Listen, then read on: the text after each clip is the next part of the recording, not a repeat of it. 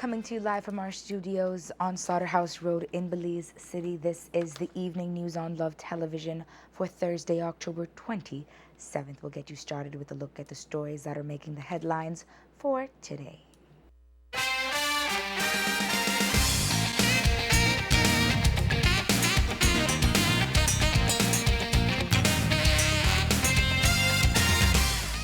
Two-year-old child dies in fire in Belize City. A fire official says adults need to be more careful and educate children about the dangers of fires.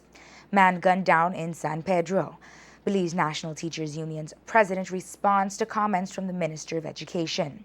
Belize does not rate well in the World Justice Project, and a man found guilty of attempted murder sentenced to 8 years. A house fire claimed the life of a toddler in Belize City earlier today. For this story, we are going to join Renee Trujillo.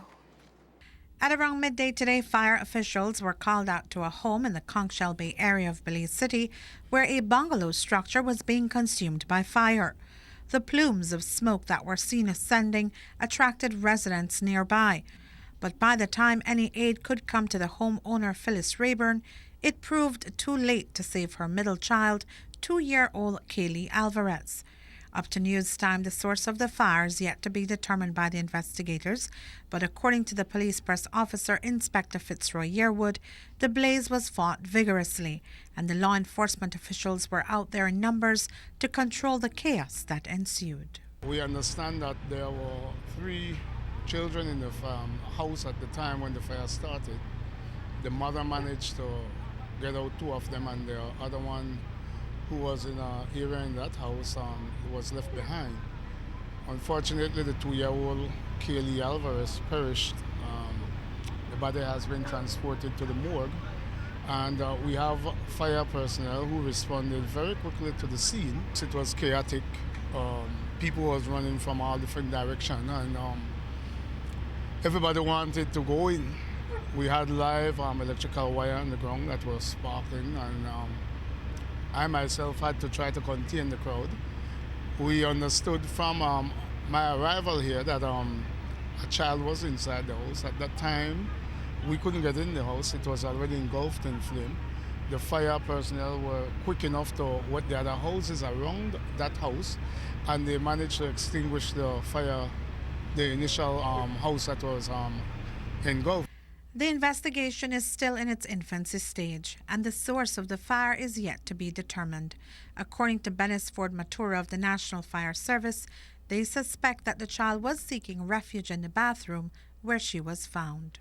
After extinguishment, we did our mapping up, and we cannot say what started the fire as the investigation is still in the infancy stage. We have our investigators heading out there and starting the investigation on this fire. The house that burnt down, there were 3 other houses right next to it that got saved.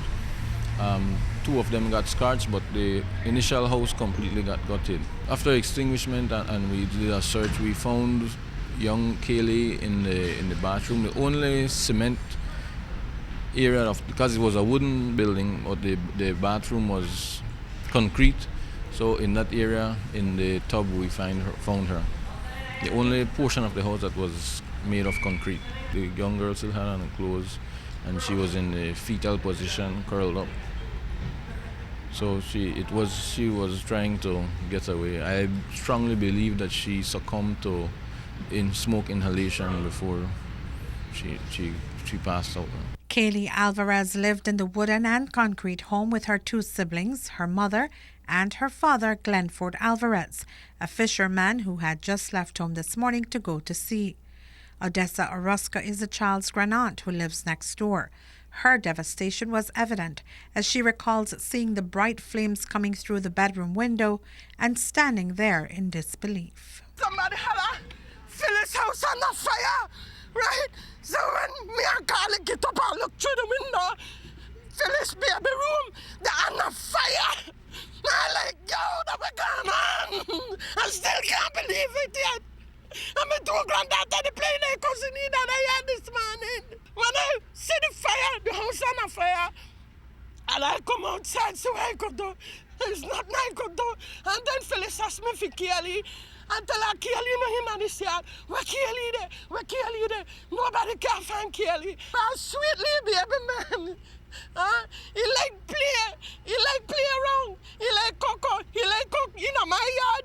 And come to my door, come play my granddaughter my yard. And Carissa and the rest of picnic there. Sweetly, baby. She nice, mama. What happened? I don't know. I can't believe it yet. I can't believe it when I look through the window and the tattoo right now. I just see this blazing fire in this baby room, man. Oh, God. The mother of the child, Phyllis Rayburn, was removed from the scene of the fire and taken to the hospital as she had passed out on the street. Police officers removed the child's charred remains from the house and transported it to the morgue at the Carl Hirschner Memorial Hospital. The traffic wardens, police, and fire officials were out in numbers, and according to Inspector Yearwood, several of them were off duty when they stumbled upon the tragedy unfolding. I was only passing by when I saw the commotion, and I pulled over myself and another officer from Eastern Division North. Like you rightfully said, we do not look at separation in this department. We saw danger, we saw the need for assistance, and we all responded from both sides of Eastern Division. Like you said, it's not usual, but it's around rush hour. Everybody was passing at the same time, and thank God that they responded. I have fire personnel that were off duty that were nearby, and they responded. Traffic personnel likewise. For assistance to the family, Rayburn can be contacted at 635-1375. Our news archives show that back in 2014, fire officials were called out to the very same area when one of the homes in the yard belonging to Patricia Rayburn was on fire. No life was lost in that blaze, and only a portion of the home was destroyed. Reporting for Love News, I am Renee Trujillo. Today's fire in the Conch Shell Bay area of the city ended in tragedy, and yesterday was a close call for a family in Hunter's Alley, just off Kelly Street. According to Orrin Smith of the National Fire Service, the fire was the result of a miner playing with matches. Yesterday's incident occurred on Hunter's Lane, where we responded, and that fire was quickly dealt with. The occupant at home, a male, was there, and fortunately he had evacuated with the child, so that child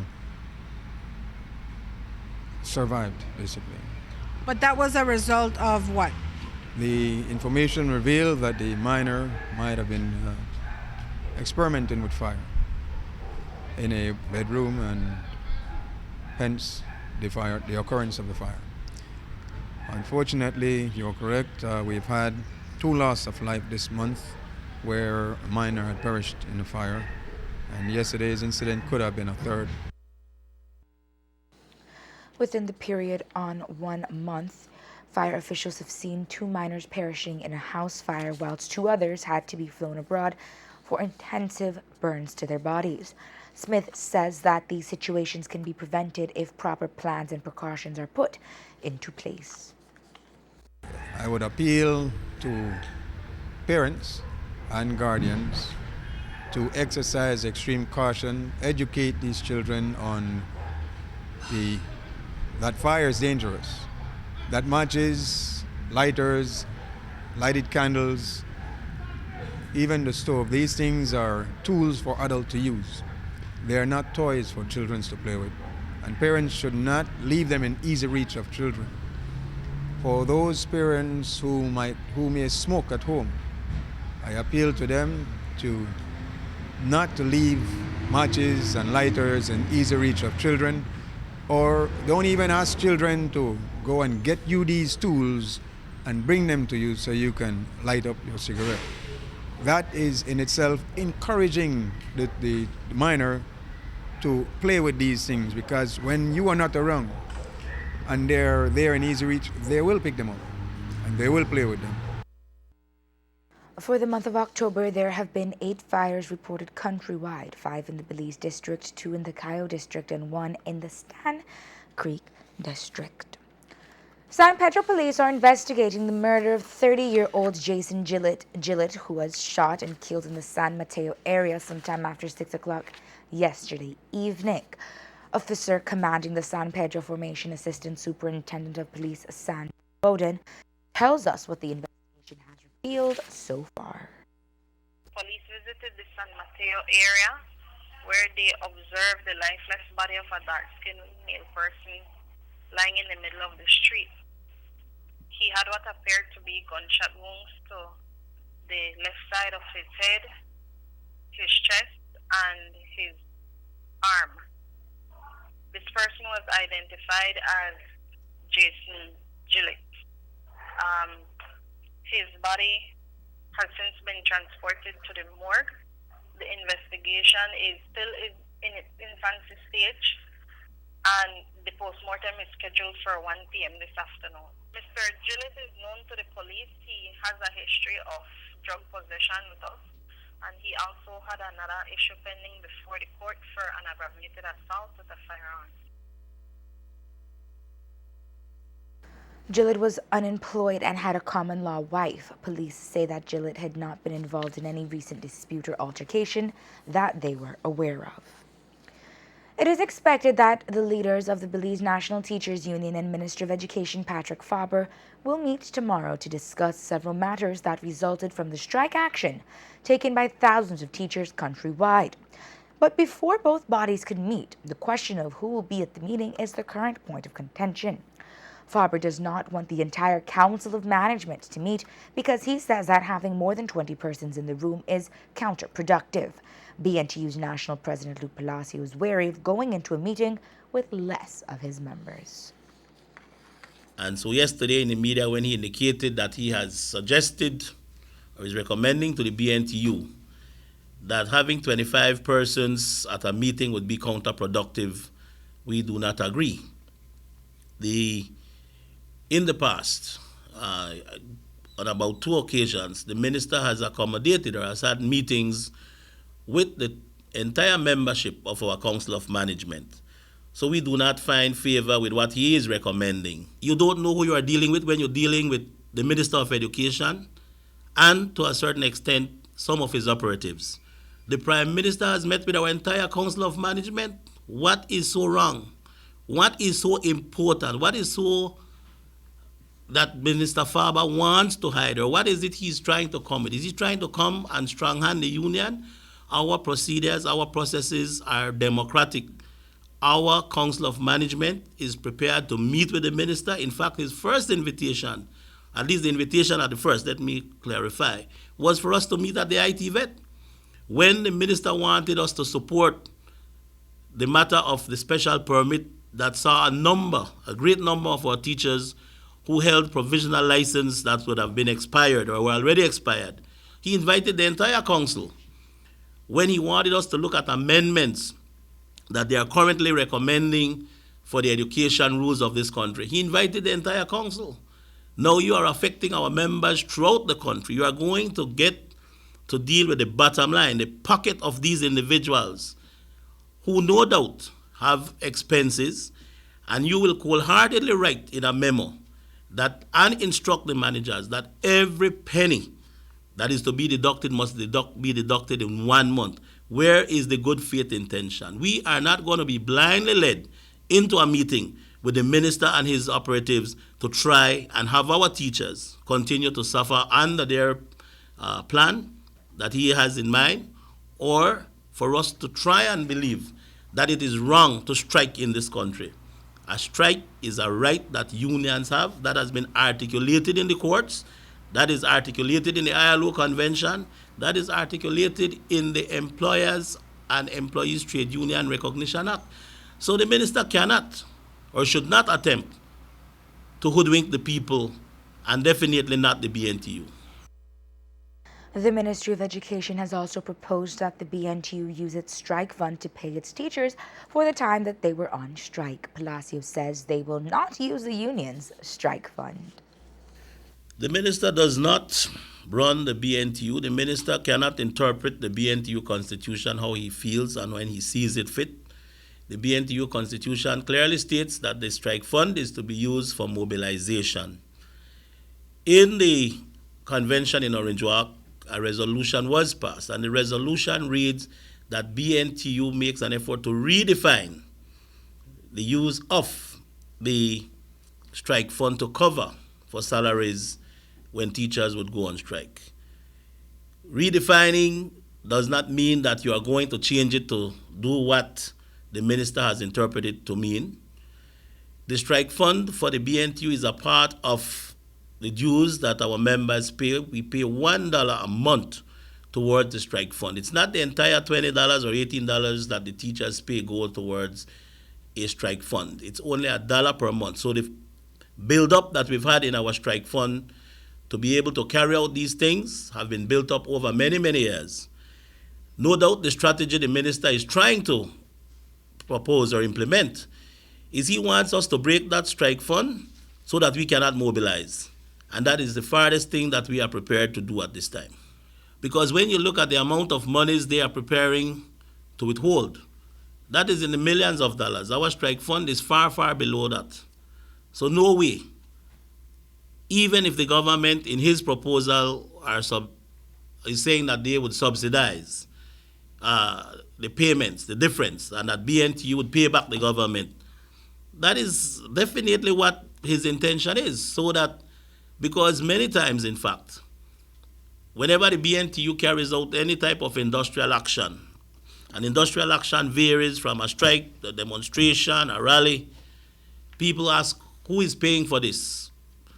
We have been accused of being funded by different types of agencies and individuals, and all our activities so far has been funded strictly by the strike fund, because the purpose for which the strike fund is used or stipulated is for us to mobilize and to get our members to the places that we want them to be whenever we are carrying out industrial action. We believe, though, that it is important that the teachers who are on strike be paid their salaries. They have said it over and over. We've articulated it even to managements, that the teachers are prepared to make up the time. And so we are appealing to the better judgment of those in authority to try and adhere to that request. Pay the teachers their salaries. They are prepared to make up the time. Palacio reiterated that it is the management and teachers who are to decide how time lost will be made up. It's not the purview of the minister or the ministry to determine how the make-up time is going to be done. That is the purview of the managements. The managements, along with their teachers, will determine how best to make up the time, and they can communicate that to the ministry. But for the minister to say he wants to sit down and then we must agree on how the make-up time will be done, I think he's going beyond his bounds. Also, the ruling of the court, the Education and Training Act, the education rules clearly state that in this church-state arrangement, which is generally called the grant-aided arrangement, where government transfers sums of monies from the national budget to managements of schools for them to pay teachers, that arrangement cannot just be arbitrarily changed.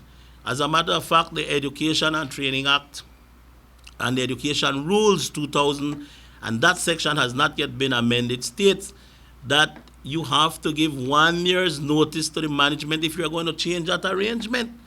So all of those things we are trying to have the ministry people understand. And the Belizean public also needs to understand that the ministry is really acting in bad faith. The BNTU's Council of Management meets tomorrow. On Saturday, the BNTU will have a national demonstration to express their gratitude for all of those who supported and keep supporting them.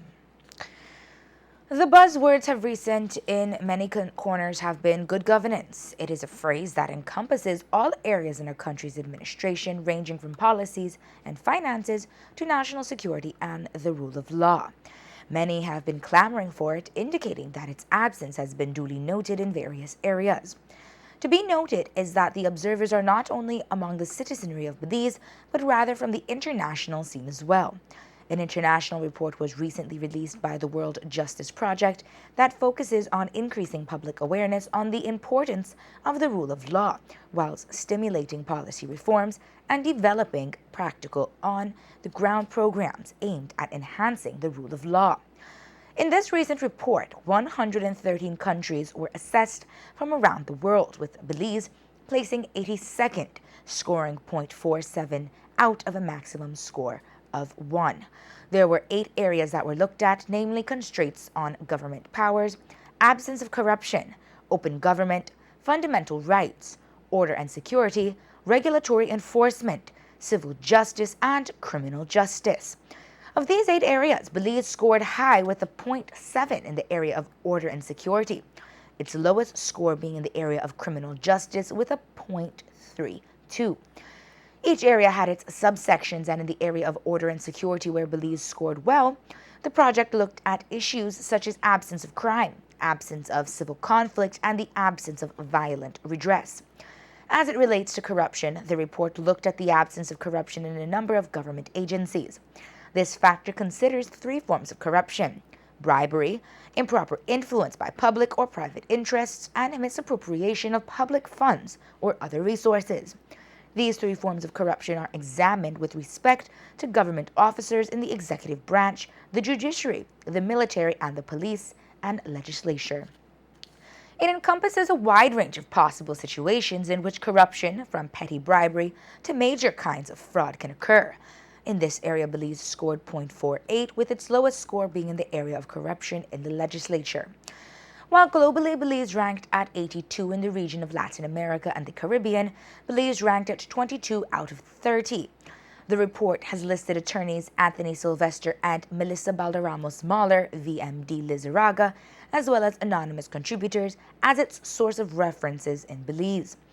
While face-to-face polling interviews were conducted in Belize City, Belmopan, and San Ignacio back in 2014 for the compilation of this report.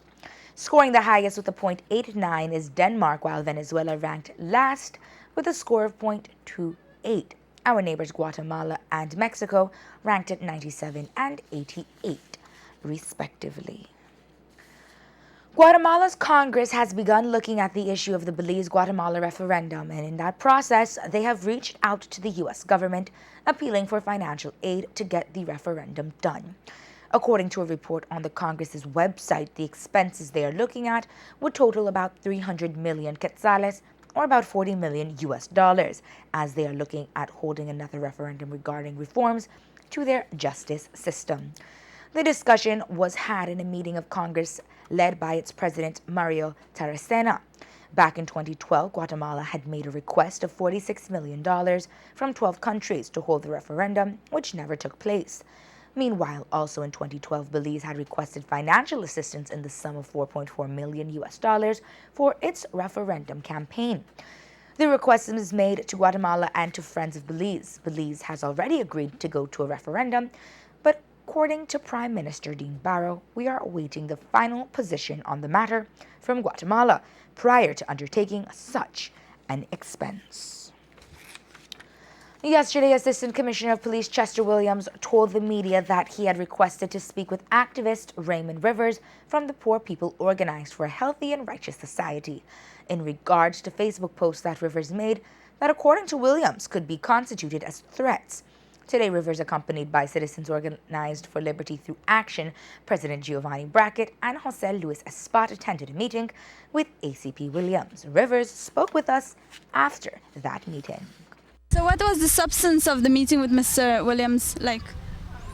Well, it was formal, you know. I always talk to Mr. Chester. This ain't the first time I come to station, you know. I know about station, you know, I know about jail. What were some of the Facebook posts that they took issue with? You remember so much. Well, it's over 1,000, but most of them are the truth about this government and the evil thing they do to people. Well, most of the thing I post about, I repost it, you know, and I tell her freedom of speech is freedom of speech. We cannot give that up, because anything after that dictatorship, we don't face dictatorship, brothers and sisters of this nation. We can't even rise up without even 1,000 police is that with the teachers at Belmopan. It's dictatorship. where can we go now in this country and voice our opinion? But if I post the truth, you can't sue me, you can't do what I want, but I will continue to post the truth. Do you feel responsible if they might incite somebody else to create some kind of violence? Your post might influence or somebody else. Listen to me, there's nothing in this country when they peaceful revolution, brothers and sisters. I can't tell nobody if you jump off on no building. I can't tell them if you go do nothing, because watch how long we the march and nobody not can do nothing yet. Belize and no one do nothing because we there in sleep right now.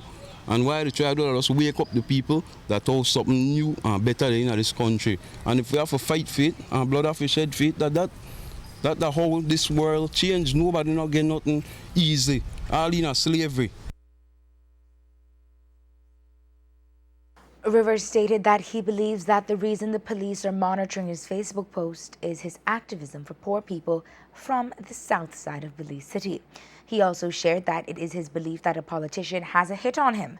Rivers claims that last week the GSU to the home of one of his children's mothers to search for him. 31-year-old Gareth Hemmons Jr., who was convicted of attempted murder on October 18th by Justice Adolph Lucas in a trial without jury, was sentenced to 8 years today. The sentence is to take effect from the day he was convicted before he decided on the sentence. Justice said he tempered mercy with justice, but the aggravating factors outweighed the mitigating factors. He also said that he took into consideration the fact that Hemmons had no previous conviction and he showed no remorse. The incident occurred on May 1st, 2012 on Gwen Lizarraga Avenue. The victim, 44-year-old Miguel Zaidan, was chopped 4 times on his arms and elbow with a machete. According to the evidence, Hemmons and Zaidan had an altercation over a woman, and Hemmons left and returned with a machete, which he used to chop Zaidan. Zaidan was not a favorable witness because he did not identify Hemmons as the person who inflicted the injuries to him. Hemmons gave an alibi testimony. Hemmons was represented by attorney Oscar Salgado, while the Crown was represented by Crown Counsel Portia Ferguson. In November, the Small Business Development Center Belize will be dedicating a week towards entrepreneurship, and to kick things off, SBDC will be holding a Caribbean Green Tech Startup Weekend. Caribbean Green Tech Startup Weekend is an intense 54-hour weekend event during which potential entrepreneurs will be empowered with the skills and tools necessary to start up a sustainable business focusing on clean technology solutions to impact climate change. Monique Usher, business advisor for SBDC Belize, gave us more details. This year, our focus is on clean green technology. Last year, we had a similar bootcamp, startup weekend, I must say. And so this year, we're hoping to get business ideas that are focused on addressing climate issues, looking at environment and ideas of that type to have generated at this bootcamp. So essentially, you come with a business idea focused in that era, you pitch your ideas to peers and you try to have buy-in. And so you form teams for the event and you pitch your idea in front of a panel. But most importantly, for this event, we will also have mentors who will assist you with fine-tuning that idea. Just to touch on some of the areas that this bootcamp aims to cover, we're looking at renewable energy, water waste management, sustainable agriculture, energy efficiency, and resource use efficiency. So these are some of the ideas we're hoping to get generated at this bootcamp.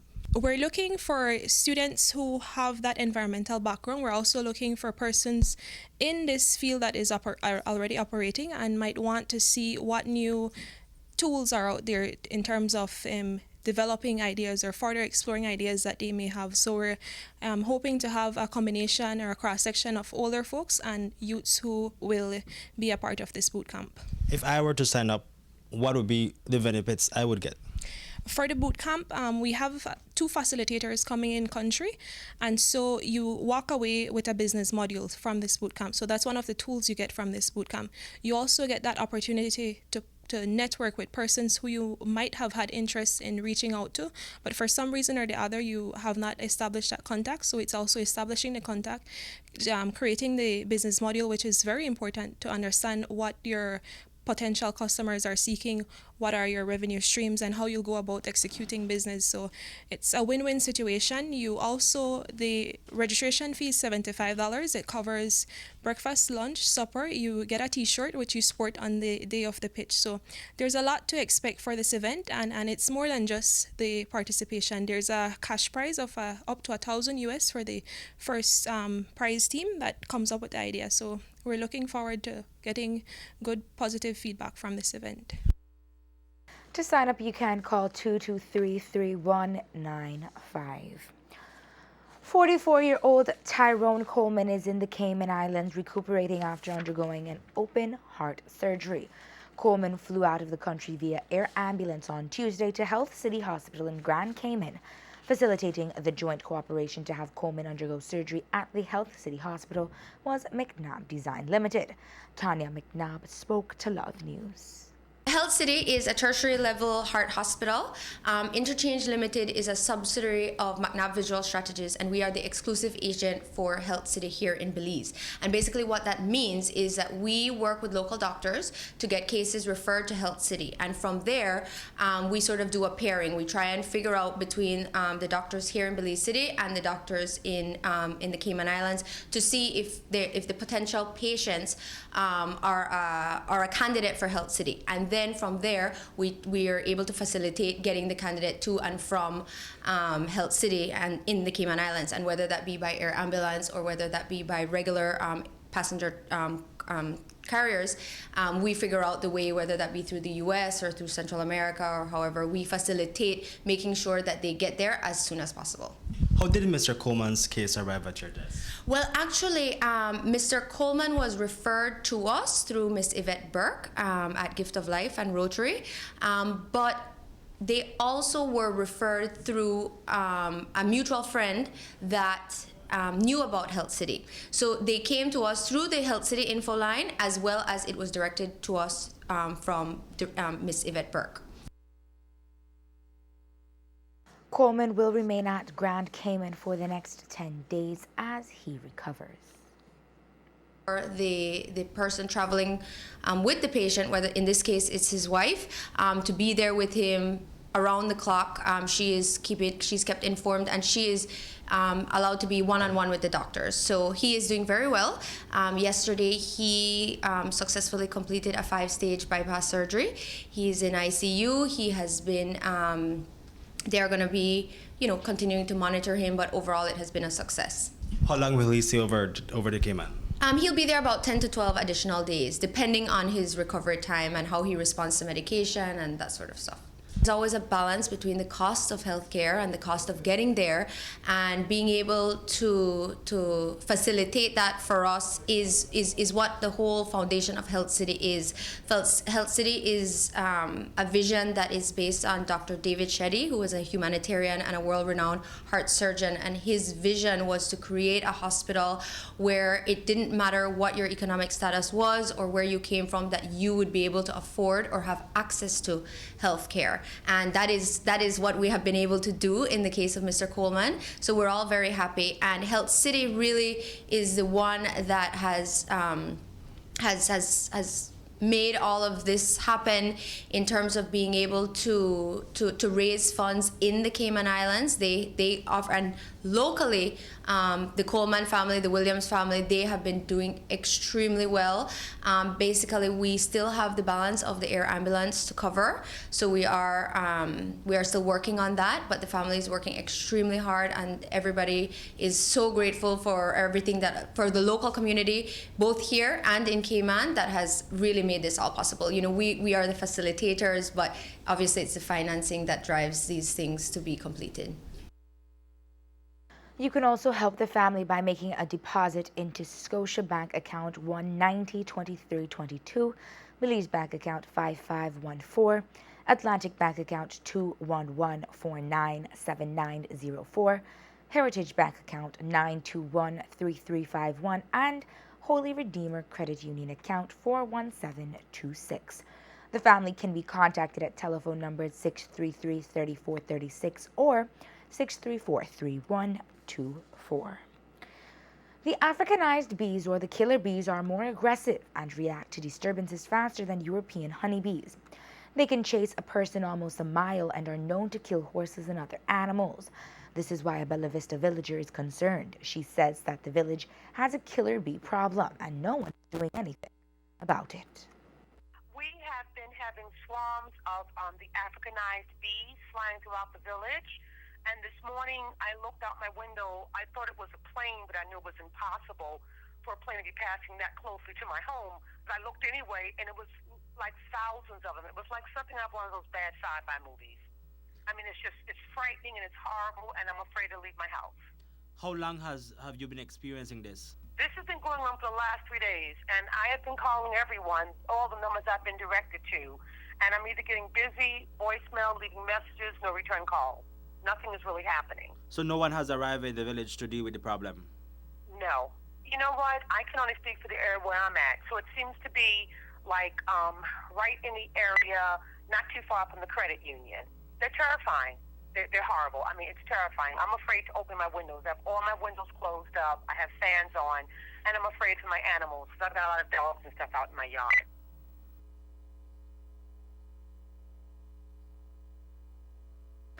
The Rotary Club of Belize is well known for the plays that they put off to raise funds to continue providing their services to the Belizean public.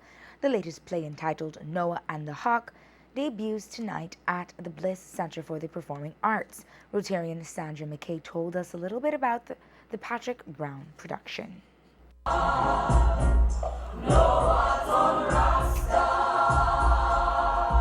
It's another one of Patrick Brown. Patrick Brown is from Jamaica. Another one of his productions. And of course, you know, in true Patrick style, he takes a story, a well-known story, and Jamaicanize it, Caribbeanize it. So when he gives us the script for free for the Rotary's use, because he knows that our funds go toward community projects, we take it and we Belizeanize it. So Ras Noah and the Hawk is really a Noah and the Ark story that he changed into a Rasta Noah, and you'll find out what's this Hawk versus Ark thing when you come. But it's a musical comedy, and therefore, whilst you will get the Noah and the Ark story and walk away with a message of morality, you're going to laugh a lot whilst understanding that message and walking away, as always, on a very positive note. McKay said this is one of the club's biggest sources of fundraising. The play has become, for the past 13 years, one of our largest fundraisers. And we need these funds because, as the entire Belizean public would be aware, our flagship program, The Gift of Life, is a very costly program, and we help a number of children every year through that program. So certainly some of the funds will be used for our Gift of Life program. We continue to give scholarships to students each year for high school.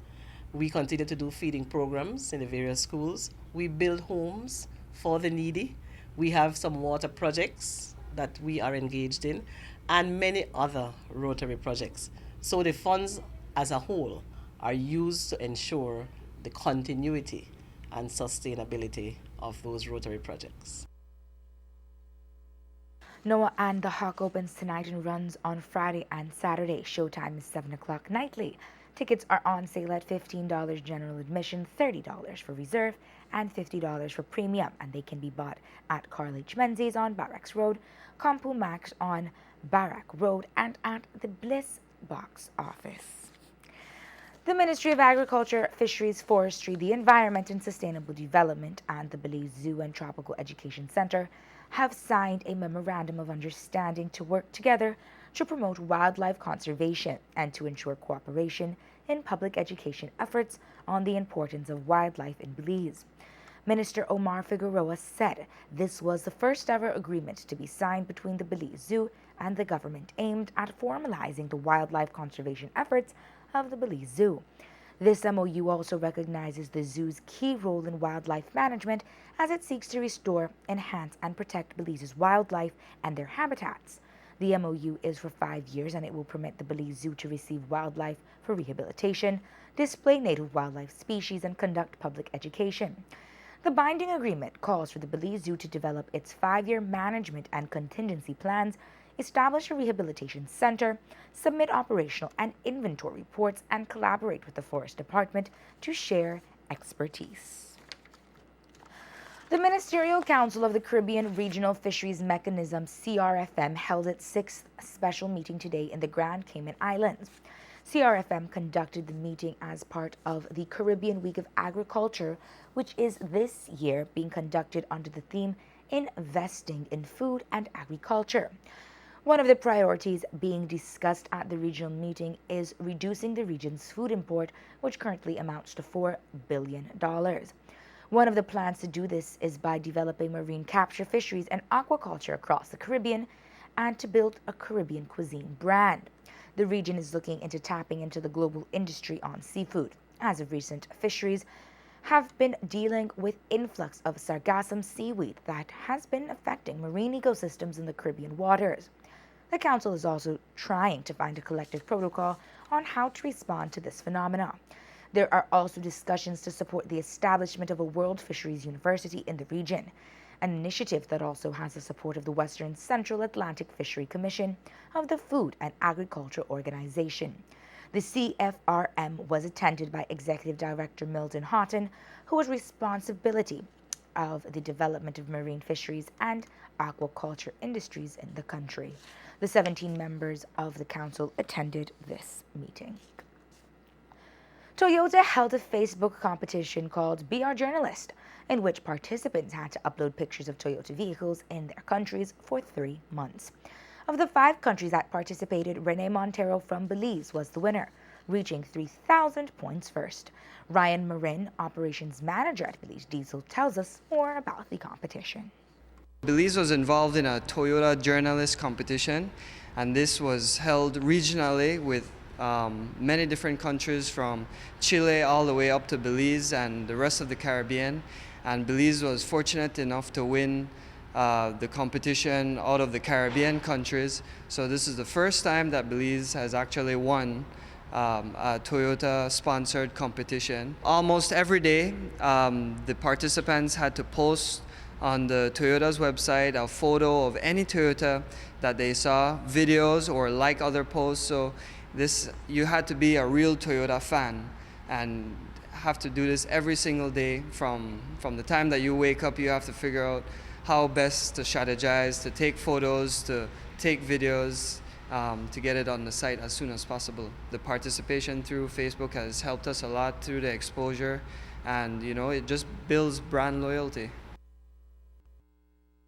Rene Montero is a Crown Counsel in the Office of the Director of Public Prosecution. He will be traveling to Argentina to attend the Toyota Dakar Rally, previously held in the African and Asian continents and now in South America. Montero tells us his strategy during the competition and what he's looking forward to during his trip to Argentina. Well, I'm a fan of Toyota from ever since I could drive. My first vehicle was a Toyota Hilux, and my second vehicle was also a Toyota Hilux. In fact, I'm driving one now, so that is why I got into this competition, because I'm a big fan of Toyota. The goal was to reach 3,000 points. And from my calculation, if I submitted 10 pictures a day for 30 days, I would have reached my goal. And there were other opportunities to get extra points by liking other posts and having people like your posts. So I got to it a bit quicker that way as well. I was surprised and amazed at the amount of Toyota vehicles that is in the country. And I was even more surprised that I could take a different one each day. So I actually took about different pictures of different Toyota vehicles. So that's to tell you the amount of Toyota vehicles and the perception that Belizeans have in regard to those vehicles. What went through your mind the moment that they told you you are the winner? I'm going to Argentina, so I was very excited. I love to travel. I want to visit the Dakar Rally, first of all. I am told I will go to the Toyota plant as well. And I would like to learn more of the culture and the food in Argentina. And the best part is that I could take my wife along with me, so that will be a most enjoyable trip. Around 40 Toyota fans from Belize participated in the Toyota Dakar Rally Facebook competition this year. Activities in connection with Garifuna Settlement Day in Punta Gorda will begin with the selection of Miss Paney at the weekend. Correspondent Paul Mahon reports. One of the major activities here is the Miss Paine pageant coordinated by National Garifuna Council Punta Gorda branch with President Nurse Hazel Cayetano. Election of Miss Garifuna Paine Punta Gorda will take place on Saturday, October the 29th, 2016 at the Father Ring Parish Hall at 7 p.m. 3 lovely beauties will vie for the coveted title of Miss Paine: Lucy Ellington, Nanigi Bernardes, and Caitlin Rubio. During the pageant, the candidates will be judged in categories: introduction, which includes confidence and fluency in Garifuna, the ability to dance the Garifuna dances, such as the punta, must be graceful.